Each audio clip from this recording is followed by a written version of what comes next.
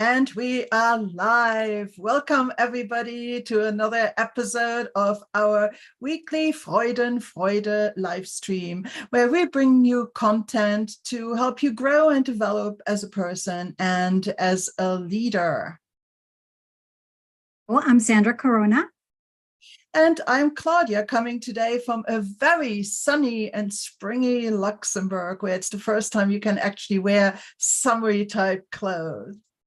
And we are coaches. Yes. We are coaches. Yes. Go ahead, Sandra. So I am a coach for expatriates and young professionals. There you go. And I work primarily with corporate leaders and entrepreneurs, as well as their teams in tech and beyond. When you need to kind of thrive on complexity, that's when you call me in. So today's topic, coaching 101 in many respects, but still quite misunderstood. And, you know, it's the foundation of so many things for a reason. And we're talking about beliefs. Beliefs can be limiting or they can be empowering. They essentially are what you believe to be true, and very often dictates the frame through which you see a particular situation. And depending on what you believe to be true, the same reality or the same question can be seen very, very differently. How would you phrase an introduction to this important topic, Sandra? So the way I see beliefs is that you have in beliefs, they are an idea. They are something that, based on the idea, what it is, if you repeat it enough times, it becomes a belief, right? And we've seen that all across the board, every country now. You repeat something enough times that you actually believe it. And there's somebody, I can't remember who it was, that said that there's some people that believe something so much that they go out of their way to make it happen. Yeah, actually, I think that that's a very valid point that you raise. And I think that's actually one of the most insidious aspects of beliefs, is that they become self-fulfilling prophecies. You might, if you have followed some of our previous discussions, we talk about our internal model, which is essentially this representation of the world, this map, if you want, and all the kind of beliefs and experiences and everything that goes into it, constitutes your internal model. And it's very strong filter of your external perception. And it's full of these short circuits and biases that you have trained yourself to believe. Okay. Mm-hmm. If this, then that kind of shortcut things. And beliefs are part of this. And there's nothing more stressful or unrealistic to this internal model than something that contradicts it. Mm-hmm. It wants to stay consistent in its perception, let's say, of reality and our self-concept in it. And so it will literally protect you and not make you see certain things that it doesn't want you to see. And it's going to highlight certain things that make sense. So based on our internal beliefs, it wants to make itself be right. And it's going to find the reasons, it's going to highlight the reasons that make it right. And it's going to kind of filter out and push under the rug all the things that would contradict it. And it's very, very, very powerful, very powerful. And so it's a complicated topic, because very often behind the beliefs are maybe some emotional things or some blocks and resistances and things like that, that it's not necessarily that easy to say, oh, here's a belief and now I'm going to change it. Sometimes it requires to make it happen. Would you maybe have an easy example that might clarify this a little bit more for our audience? Okay, so one of the, it's a personal experience, and I think there's nothing better than a personal experience to explain something. As a neurodivergent, one of the ideas that you have growing up is that you're not good enough, right? That you are not smart enough. In other words, you are not good enough for anything, right? Because you make so many mistakes and you are lacking so much self-esteem and self-development tools, and you're lacking attention, and you're lacking so much that it's not that you being an ADHD or ADD person is not a lack of knowledge. It's a lack of knowing where to apply the knowledge. Okay. And so when I was growing up, one of the things that I had was be quiet because you don't know what you're saying. Be quiet because you're going to say something dumb. Don't give your opinions because your opinions are not good enough. You're not good enough for this person. And now you're doing live streams, lady, right? That's how far you have come. It was something, as an ADHD, you're just going like a bouncing ball everywhere. You're just trying to find a place where you belong. And when nobody tells you what to work on, when nobody tells you anything other than be quiet, or little girls are just seen, not heard, those kind of things, it limits you to the possibility of what can be, of what you can do, right? So you start to think small, so you become, so I think it's more like you become small. You start to believe it, that you are small, right? Exactly. And so you start thinking small, and they take you out of that. So when you see a person that is an ADHD or ADD, you have to know that they're living with those beliefs that they are not enough. And, you have to work on it. You have to help the person to understand that their voice has value. And I don't know if my voice has value, but I only know that I've worked hard enough to be here. Yeah. Well, actually, let me extend it a little bit. I don't think that that's limited to ADHD and ADD people. I think that there's plenty of neuro, what do you call them? Diverse. No, the normal ones, like, the ones that are not neurodiverse. There's a lot of just everyday folks that think they're not good enough. I think neurotypicals. Yes, thank you. It has been a very long day, people. So thank you for bearing with me. Thank you for bearing with me.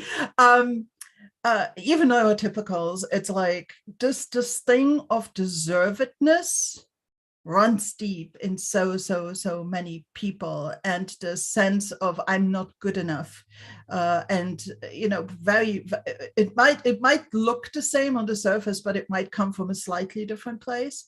But on the other hand, it's this thing that you think small and your self-concept is small, and even if you live in a space where everybody around you is expansive and has this abundance mindset, you can very well, even in that environment, think small if you believe that you are.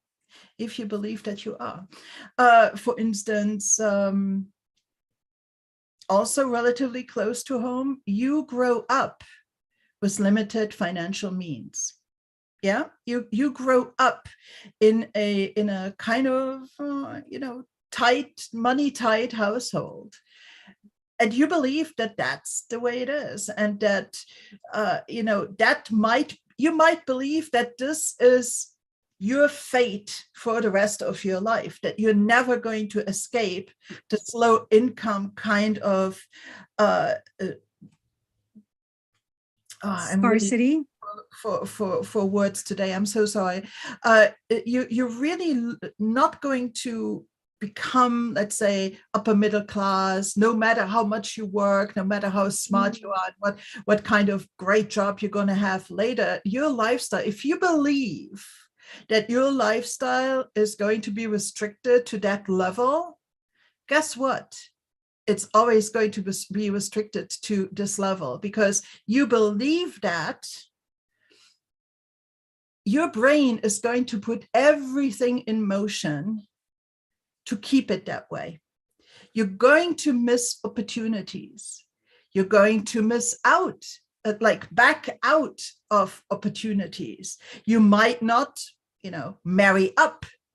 You might not engage in a relationship with a person that is, let's say, of a higher layer of financial independence. Yeah.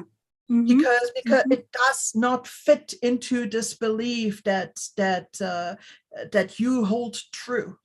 And ultimately this is going to happen. And guess what? The more it happens, the more you see confirmation that that belief is true on top of it, right? So your brain filters out stuff and manipulates you and self-sabotages you to keep you there, and then goes out and waves the big thing and says, look here, what I told you was right. It's very insidious.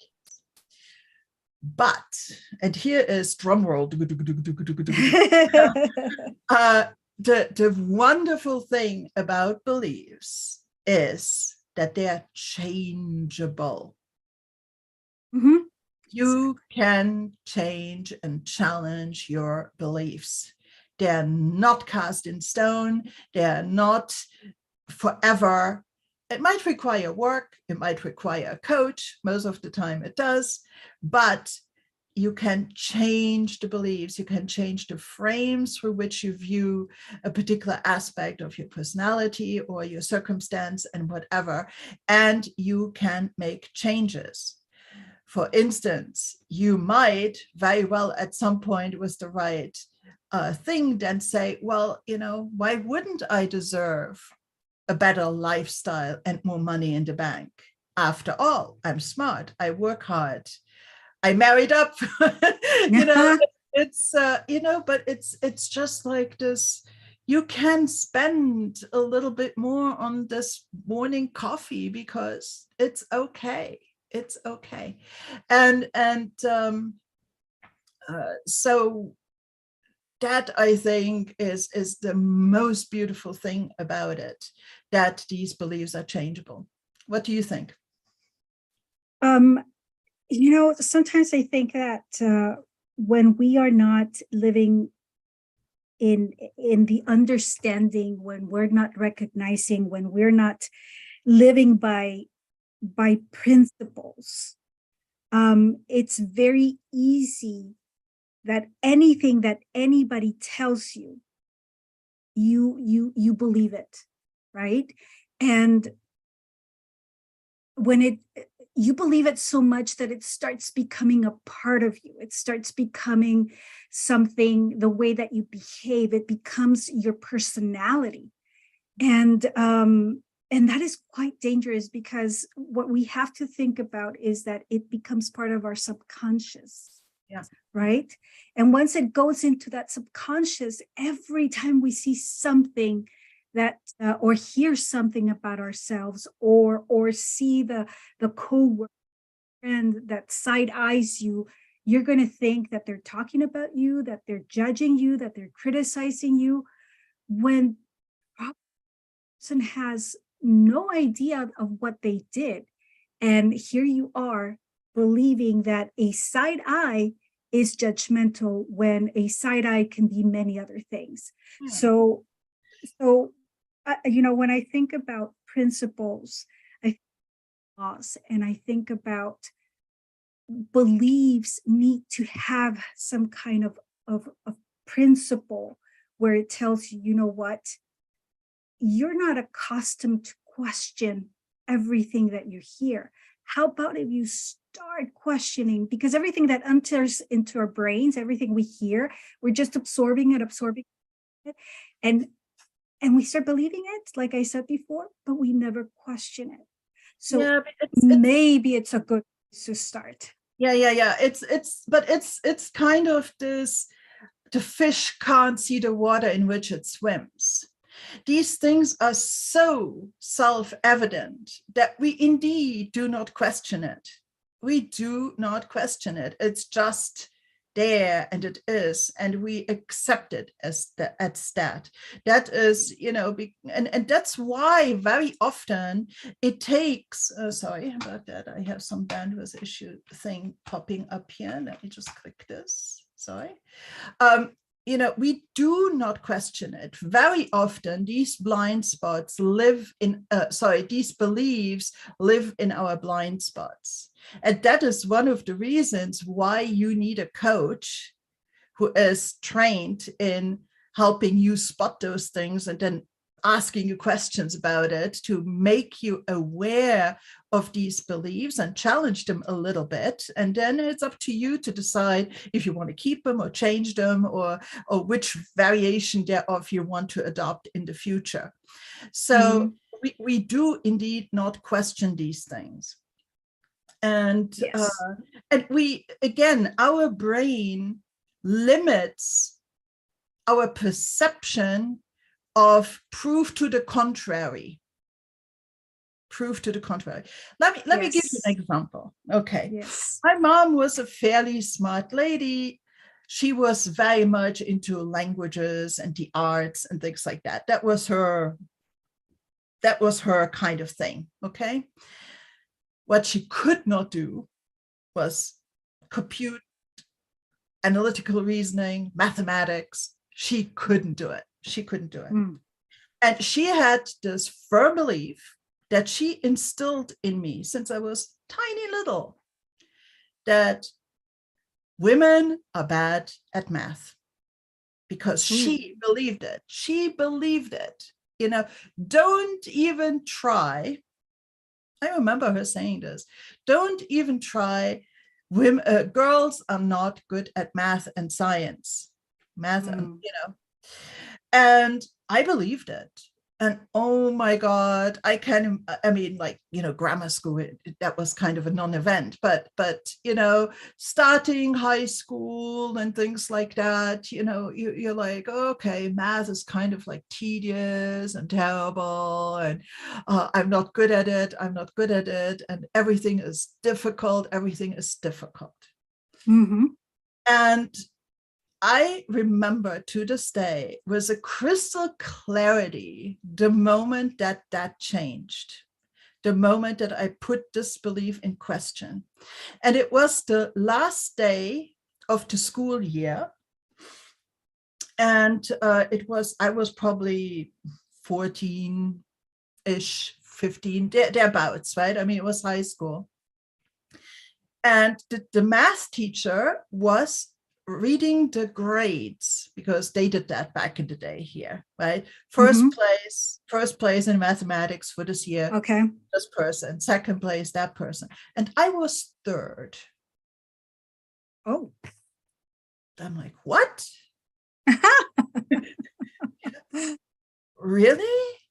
And there was like a white margin between like the third and then the rest. So like the first three were really quite good, like A+ level, and then the others were like B+, B level. So there was quite a spread, quite a jump from those. And she mentioned that, and I was like, really? What's happening here? I can't, it's so difficult. And during the next school year, I had a little bit more of an open mind as it came to mathematics. I allowed somewhat less biased information, data to be considered, because I all of a sudden it's like, is it really true that experience in a classroom Right. with the grades and the ranking was like, later the year after it was like, is this really true? And all of a sudden, obviously, it became clear that, I had actually a gift for mathematics and the sciences and Mm. things like that. So much so that at the end of the following year, I switched concentrations from, let's say, a more pre-med kind of thing that I couldn't have pulled through because I don't have a good memory. I couldn't have become a doctor because I don't have a good memory. And I moved into the science track, focusing on mathematics and physics and computer science. And now I actually double majored in college in mathematics. It's one of my majors. And I became an engineer and all those kind of things. But it's like, I was so deluded and so limited by that belief that girls are bad at math that it became a reality in my head. And thankfully my thing was like so clear, let's say my talent, if you want to call it that, was so clear that despite my belief, I ended up getting good grades. But what if I had been fourth? Because she didn't rank all the people, she just called out the first three. What if I had been fourth and I would never have gotten this kind of like, you did good. Incentive, yeah. Yeah. I might never have gone down the academic path that I did. So Amazing. beliefs are very, very, very strong. Very, very strong. Yes, they are. And I think sometimes if you want to question them, I think the best idea is to say, that your beliefs are not yours. We're not born with beliefs, right? So our parents are the ones that give us the first beliefs. And then we start getting it from our little friends. And then we start getting from the social circles that we move in. And so on, and so on and so on. Yeah. And so I think that one of the that helps make that distinction as to whether yours or is external is the accountability that you're willing to put into your words. Okay, well, let's say, for example, like your mom, right? Your mom told you you're not good in math. Girls are not good in math. And then your accountability was to say, really? That moment that you knew you were third place, you owned that and you said, am I really that good? And the next step, which was to sign up for the sciences area. And you said, I'm good. And you started to believe in it. And you took the next step, and then look at you, look where you are, look who you are. And so the other thing is that choices, when you make choices, you also have to have that accountability in your choices, is to say, do I go and make a riot for my rights, or do I vote, right? Do I just instead and vote for my rights? So you start thinking, what are your choices? What is the best choice? Now, the problem is, if you make your beliefs your values, that's when it becomes a problem. Because we were talking earlier that your thoughts, they become your actions, and your actions are part of your beliefs. And then when your actions becomes your values, you become this person that has no control, that has no filters, that just says what they want to say. because you consider yourself a patriot, and patriots do whatever they have to do to express their love for their country. And if it means to go and be a part of a riot where, number one, you can be arrested, you can have problems, you can be injured. There's so many things versus just going and voting. So what is that you want to do? You have a choice. And that's where it becomes, it's part of a belief. So far you have accountability and you have choices. And then the last one is control. Okay. The control, if you do not control your choices, right, you start blaming other people for your actions. Mm-hmm. Because you're not owning your actions. You're starting to believe, oh, well, things happened to me. I didn't do anything. I went to do a riot. I went, but, I got arrested. But I wasn't doing anything. I was only doing what everybody else was doing. You abdicate right? Responsibility. Exactly. So keep in mind those three things: accountability, choice, and what did I say? Control. Yes. Right. So in other words, it's you and only you who is in control of your actions. Without accountability in your actions, you are just this child raised by squirrels. Squirrels, hyperactive squirrels. Yeah. Exactly. Stereotypical hyperactive squirrels. Like, go from one branch to the other and consider this and consider that and never land anywhere. Yes. Exactly. Definitely valuable insights there. It transcends so much, this thing of beliefs, and I think that actually in decision making, it's one of the prime places, I think, to question whether or not beliefs are holding you back. Because you're already in kind of an analytical mode. Sometimes you're in an emotional mode, and then you can try to figure out where your emotions come from.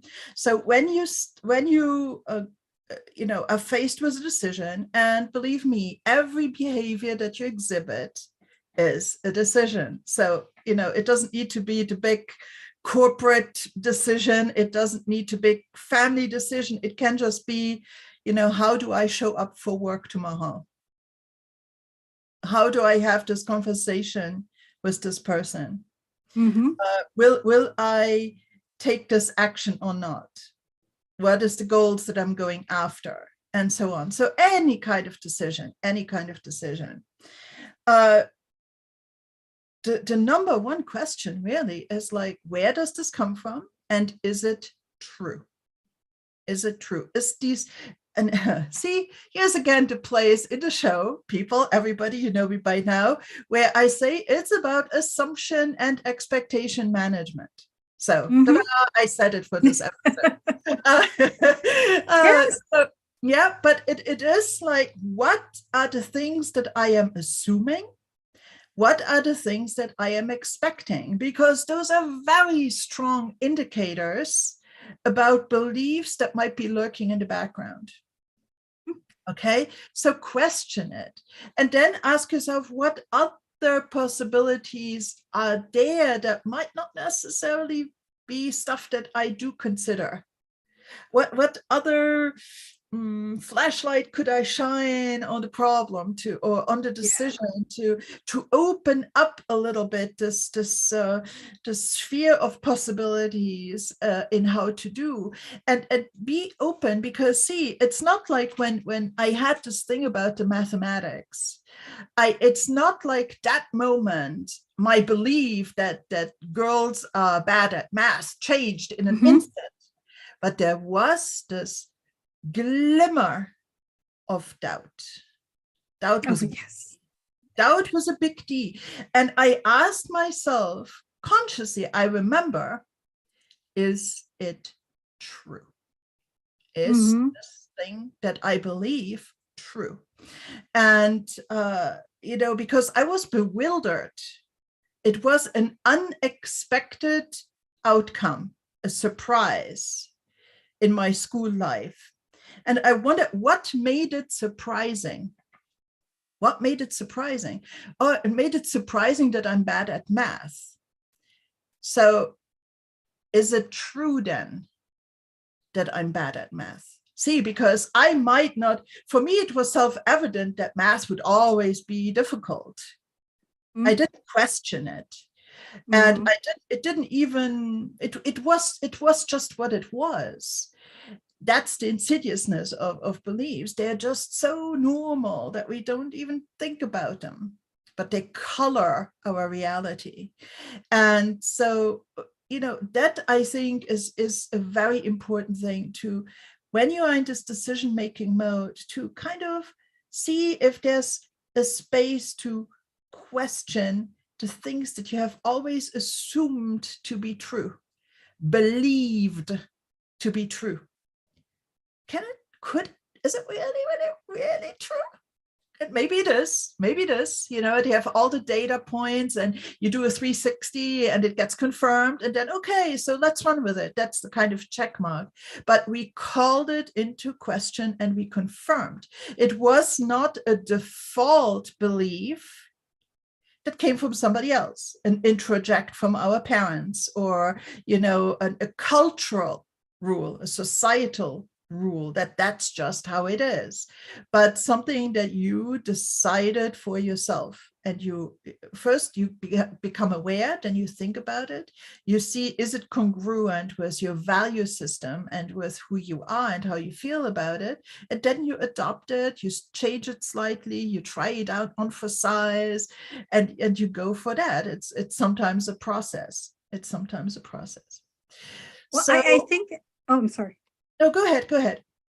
Well, I think the key here for people to say, well, yes, but how can I distinguish it? Well, the moment that you say, I feel, I think, I believe, those are your indicators that they are not things that belong to you. And therefore, for two, you are in control of what you feel, you are in control of what you think, and you are in control of your emotions,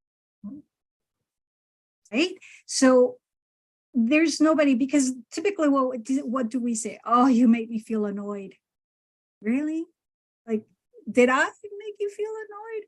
Or is it you that simply because you don't like that, I don't know, somebody does something in particular, and it happens to be me, you make it like I am the one that's provoking you. No, really, it's us. We have little things here and there that we don't like and everything else, but that is not anybody else's responsibility other than yours to manage, right? And so remember, when you say, I feel, I think, and what did I say? I feel, I think, I believe, those are the three things that you need to stop yourself and say, oh, wait a second. Yeah, that's not good in my language. Just stop right there. Yeah, stop and question it. Exactly. Actually, about this you made me angry thing, there's a fantastic quote by Marshall Rosenberg of the nonviolent communication fame. Okay. And he said, others might be pushing your buttons, but you are the one who installed them. Exactly. Right? Mm-hmm. They are triggers because of you, not because of them, right? Because 20 people see the same thing, and 2 of them might get upset and the other ones might not. Mm-hmm. And so, it depends on you and how you interpret what's happening, and your internal triggers that either bring up this emotional charge or not. Okay. Right. So if we were maybe to consider maybe a work-related thing in terms of how a belief could be limiting or not. Do you have an example on that, maybe? Oh, yes. I miss so many deadlines so many times because I would say, I never meet deadlines. I'm not good with deadlines. What? I mean, yes, I'm a disorganized person. Okay. I know that from the very beginning. Okay. So if you know yet that you're a disorganized person, does that make you ineffective? Does that make you miss deadlines? No, that's really because you don't know the right methods to keep yourself on track, right? So yes, there was people that would tell me, oh, just grab a calendar. Well, I don't know what it was, but I just could not control my impulse. I was so busy with other things that I knew in the back of my mind I had to do something. And I had to do that specific thing, trying to pretend that I was achieving something because this other thing, the truth was. So when you have deadlines, um, it just seems like things are too difficult. And you start thinking that you have to do all of these things to achieve that one thing. You overcomplicate things, right? That's also part of a belief. You have to be perfect. It has to be right. It has to say the right thing. And perfectionism is also an enemy of your beliefs, right? It might actually be that perfectionism becomes a symptom of the beliefs wanting to be self-fulfilling. Let's say that your belief really is that I do not deserve success, therefore I miss deadlines. Right? I do not deserve this success. Your brain is going to, for you not to be successful, your brain is going to put everything in motion for you to not meet important deadlines. Exactly. Right? Mm-hmm. And you might not realize this, but all of a sudden, everything becomes complicated, and you get stressed, and you get under time pressure, and it's Mm-hmm. never perfect enough. And those Mm-hmm. are all these kind of self-sabotage attempts by your brain and your subconscious, kind of all mingled together, Yeah. that you, to keep you from being successful, because fundamentally that's what you believe. I do not deserve success. I will never be successful. That's at the core of it. And all the other things might be symptoms. Incidentally, as coaches, we are trained to take symptom beliefs or symptom issues and try to dig deeper until we reach a more fundamental belief. Yeah. Mm. Because you might be struggling with perfectionism. You might be struggling with these very visible missed deadlines. But Mm-hmm. as a coach, we're not going to necessarily, we're also going to work on that, how not to miss deadlines and be more organized if that's what you need. But it's not enough. We will try to go behind it and see, like, are there beliefs out there that are limiting you, that are causing this, that are at the root of this, right? And Right. so it's that's kind of part of what coaches do as well. Yeah. Well, the problem So is what? that, oh, sorry. Yeah, I was just wondering what could have been a positive, empowering belief that could have substituted that limiting one, that you miss deadlines. Look, back then, there was too much going on in my life. And I think I didn't have the inspiration that I needed to see what I was doing to myself, which number one was uh, preparing myself to fail before it even happened. Like, I was going to happen if I didn't do this, yet I still didn't do it. Why? Because there was this thing of me always trusting my luck. Like, I'm going to get lucky and I'm going to do it. And something's going to happen and I'm going to be able to do it a project that had to be done 15 days ago, I can do it in 4 hours, right? And I was always pushing my luck. Okay. I was never able to see how I was failing. Let's just say that I just wasn't in the right mind, and in too many things were going on in my life.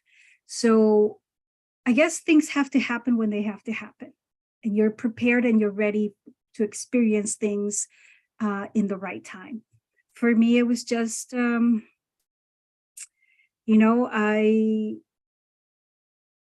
was just difficult. It was really difficult. I would say I was immature. Yeah, and you didn't Definitely have a immature. coach, right? You didn't have the Exactly. maturity, and hand in hand with that is that we're not even considering going out there and getting help. Well, the other thing that happened for me was that I saw myself as a child when I was 26 years old, because my mother would constantly tell me, "But you're my baby, you're my child. You See? don't know this. You're too weak, and you don't know what's better for you. I know what's best for you, and this and that." So I was always dependent on somebody else making choices for me.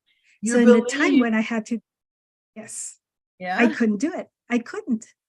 yeah, It yeah. was too hard for me to come to that conclusion, to say, hey, maybe it's time for you to stop. You're now a mature woman. You are a wife. You have a stepson back then. You're trying to do things, leave things. There's going on in your life. You need to think things through, and if this is what you want. Right. Like you said, I didn't have the proper coach, and even still, I would say, even still, even if I would have had a coach, I think I would have not given it the value that it deserves, which is what happens to a lot of people out there. Yeah, yeah, yeah, yeah. You have to be ready to some extent in order Oh to yeah. make these changes, but it doesn't always need to be the fundamental belief, because we believe certain things about certain things that are not life or death kind of situations. Mm-hmm. I know how I can parallel park, or I will never be able to parallel park. I mean, just Yes. practice parallel parking for an hour and you'll be all Yes. set for life, right? So it really having this growth mindset attitude as well, that even if things have been a certain way, that they are inherently changeable, that you can grow, that you can develop, that you can just change in fundamental ways, and that everything incidentally is an experiment and a learning opportunity. That's a good one. Mm-hmm. Yeah, yeah. So if you allow me maybe another example here of Sure. belief. Oh, one. I have come across this with clients, a bit, especially engineers that have been promoted to a management position. And I do not want to generalize here.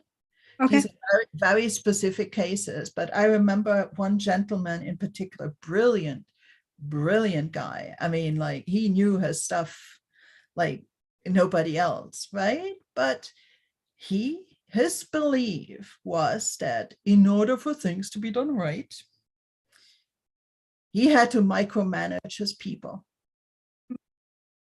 Yeah, because he was very knowledgeable and nobody contested that he was like the chief widget maker. Out of all widget makers, he was the chief widget maker. He was the best at it.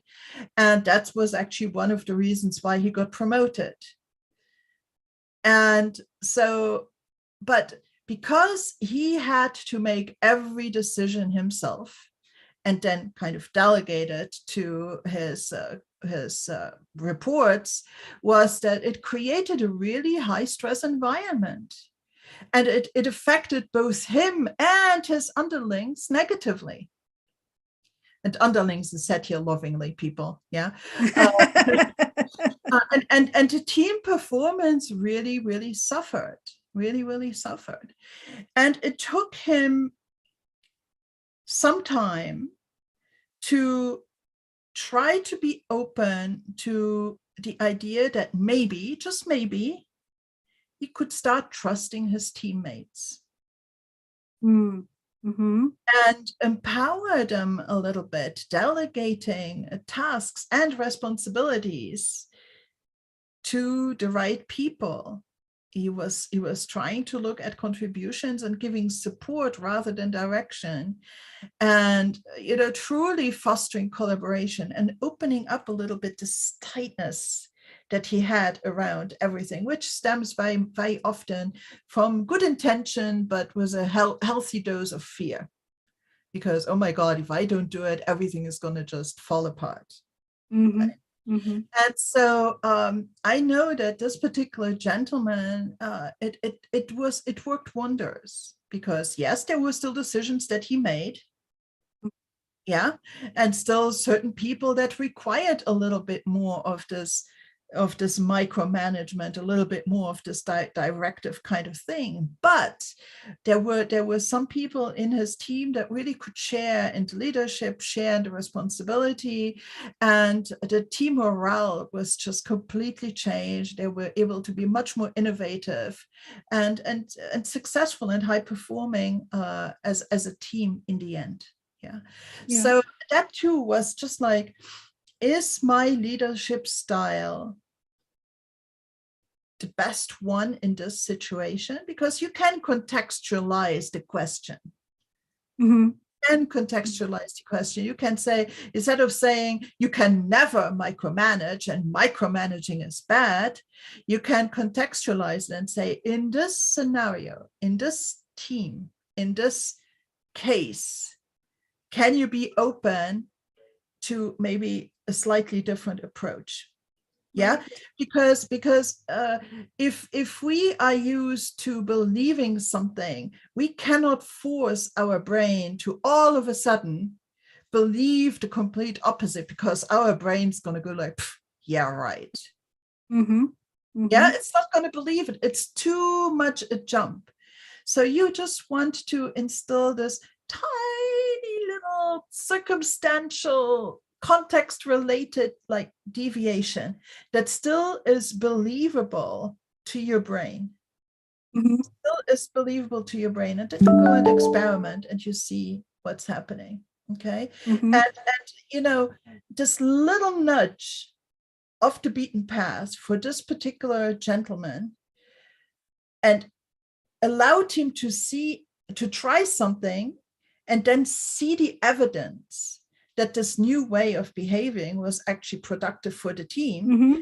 Then he was off to the races, because he did not that once that opened up, he was able to just go with it, because he was, like I said, a really smart guy and well-intentioned.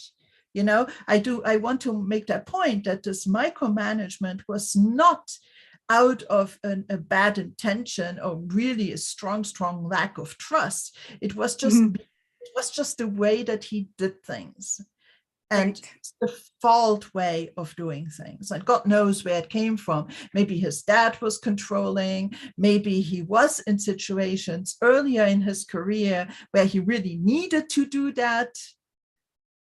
Right. And it was then never called into question until we had these discussions. And so even on the highest levels of management, or, as a corporate leader, these kind of beliefs can play a role. It's not just in a life coaching scenario necessarily. Right. And maybe somebody once told him, if you want to do it right, you got to do it yourself. Oh, yeah. Right. Those are also beliefs, right? That we think that since we are overachievers, or we want things to be perfect and all this kind of stuff, well, nobody else is going to do it right or good enough for me. How I think, how I would have done it, that's a whole different story. So we have to keep that in mind.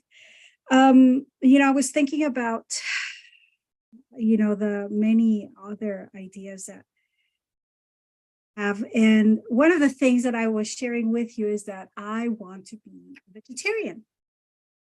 Don't worry, people, I am not going to impose my ideas, values on that. People are free to eat meat in front of me, so I have no problem with that. The reason why I think that when people want to make a change is because you cannot go cold turkey. You cannot say, today I'm going to eat meat, and then tomorrow suddenly you wake up and you say, I'm going to be vegetarian. And you stop, you for one day you eat carrots, you eat I don't know, celery sticks and tomatoes, and you're eating so good, so healthy, and it feels good one day, 2 days, the third day, because you came unprepared to the battle, you're going to be defeated by your own expectations. And I am doing it slowly. Like, I'm making choices. Again, keep that word as a very important word here in this conversation, choices. So I made the choice to say, okay, my husband wanted the other day Indian food. And, Indian food has a lot of veal and all this kind of stuff, chicken. And I was like, what can I do? And then I found just a simple choice. I didn't go to extreme. I didn't tell my husband, oh, they don't have what I want and this and that. All I said is, okay, I made my choice. I selected the shrimp and he ate his beef, and, we were all happy enjoying our meal. But what I'm trying to give here with the story is that you have to go in it slowly and you have to come prepared. I'm not saying that you have to bring everything to the table, because that's another mistake. You cannot know everything. You cannot predict everything of what's going to happen, but it's good to start somewhere, and it needs to be small. Change has to be small. Like going to the gym, right? We've talked about this topic so many times. How many times don't we say we have the idea that going to the gym, you walk through that door and you're going to do 100, what's it called? Jumping jacks, and you're going to, I don't know, lift of 1,000 kilos and all this kind of stuff. And because everybody else is doing it, right? Because the people that you talk healthy and they tell you, oh, come on, let's go and make it, do some exercises. Keep in mind that these are people that have been doing probably for a longer time than you. What you don't realize is that you're the only one holding those expectations. And you have to keep in mind that things in drops are better than nothing. So just start slow, right? With everything that you want to change, everything that you want to achieve. It takes time, right? I think there's an example of the jar and the sand, where there's this professor that starts, putting sand inside of a jar and asks the students, is this full? And the students say yes. And then he surprises them by putting marbles inside the jar. And then he says, is this full? And the students say yes. And then he shakes it again and he puts something else, Yeah. Exactly. So he starts filling it up until, you realize that that jar was not full, really. That, excuse me. Oh, sorry. So anyways, those are the kind of things that I'm talking about. You have to go little by little so that you can fill your jar at the end of the day. Because and it's not about doing things all at once. Like change is not, like everything in your life does not have to change. One day you don't wake up again, saying, oh, I'm going to go to the gym and my folders, and then I'm going to computer, and then I'm going to download this music, and then I'm going to do my presentations. No, you have to start in certain areas. That's a very dangerous belief that, to believe that gratification needs to be instant, right? And that change needs to happen quickly. And Right. it's really actually in my old age now, I enjoy the tedious challenge, right? I don't know. Yes. I told you that I'm trying to learn Korean. Uh, challenge, yes. I mean, Yes. vocabulary is unlike anything that in any language that I know. So everything needs to kind of have a mnemonic, and nevertheless, the next day it's gone. And yeah, but on the other hand, it's just proving it to yourself with a stick-to-itiveness and repeated kind of small actions. It's really surprising, and I use it as a metaphor for my own self, that small changes can accumulate Mhm. and ultimately lead to things. It's like in my business, I'm just scratching along and doing little things here and there, and God knows, when the moment comes that critical mass is achieved, and stuff starts taking off, that ultimately I'm going to be needing to turn people away. Yes. It's just, you have to kind of stick with it. And these beliefs that you should immediately get results of your actions is a dangerous one. If I get immediate results, I'm very happy about it. I'm not going to self-sabotage Yes. immediate results, right? But it's a matter of expectation. Again, just this idea that we can control what we expect, we can control what we assume, our attitude and our efforts. That's all we can control. We cannot control other people or situations in most cases. So it's like, that's it. That's it. That's how beliefs come in. Uh, Exactly. we are actually Oh, getting close to having been online for an hour. Do you have anything else you really want to say on this show today? I think one of the things that people have to remember is that we live in times of scarcity, of mental scarcity. And it's very common for people to always tend to go to the opposite side, go negative. And unfortunately, that keeps us in that limiting belief that impedes your success, right? Because we are always thinking limiting, and we're always thinking in poor ideas, small things. So just always keep that in mind. We're always going to be tending to go this way. So what you want to do is, like Claudia says, ask yourself the right questions. Is this true? Where does this come from?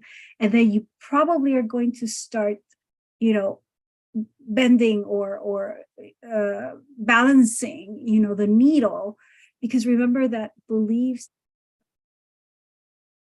Okay, that's the key here. They have to have a balance. Too much of too much or too little of something, can be bad. So you need to find that middle.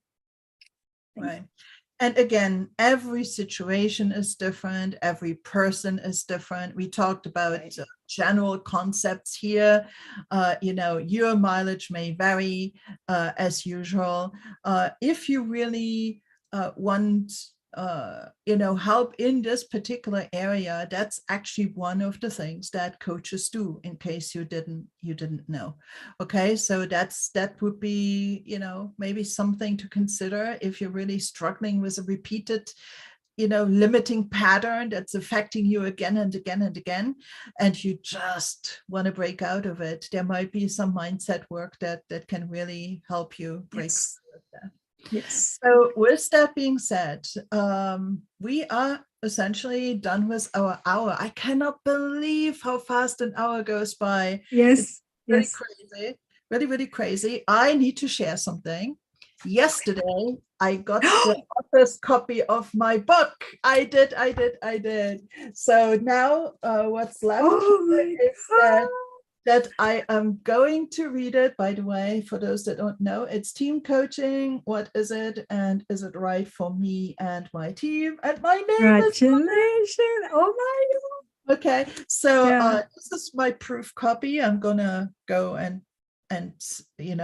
play detective for mistakes that I'm gonna correct, and then hopefully in 10 days or so, it's going to be available on Amazon, and I'm gonna let you guys know.